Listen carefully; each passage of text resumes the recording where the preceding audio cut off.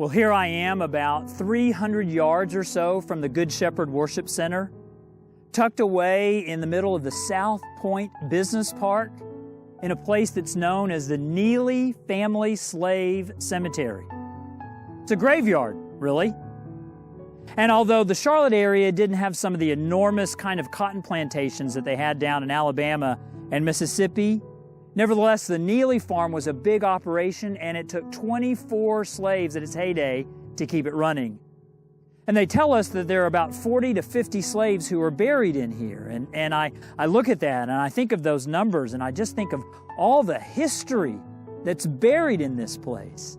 The laughter and the family and the connections and the legacy and the love. But in addition to that kind of history, think of all the longing that was buried here, because don't you know that virtually every person buried in this place during their time on earth, they longed for something better. They longed for someone to deliver. They yearned for freedom. They dreamed of that day of rescue, and they dreamed of that day of liberation. And so you could say that in a lot of ways, there are a lot of broken dreams buried in this graveyard. This is a graveyard full of dreams dreamt, but dreams broken. And it's so interesting.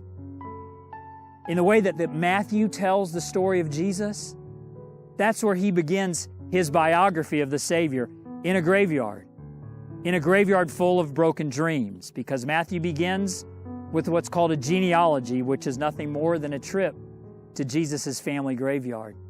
Listen to how it starts. Chapter 1, verse 1. This is the genealogy of Jesus the Messiah, the son of David, the son of Abraham. Abraham was the father of Isaac, Isaac the father of Jacob, Jacob the father of Judah and his brothers, Judah the father of Perez and Zerah, whose mother was Tamar, Perez the father of Hezron, and Hezron the father of Ram, Ram the father of Amminadab, and Amminadab the father of Nahshon, Nahshon the father of Salmon, Salmon the father of Boaz, whose mother was Rahab, Boaz the father of Obed, whose mother was Ruth, Obed the father of Jesse, and Jesse the father of King David. David was the father of Solomon, whose mother had been Uriah's wife. Solomon the father of Rehoboam, Rehoboam the father of Abijah, and Abijah the father of Asa.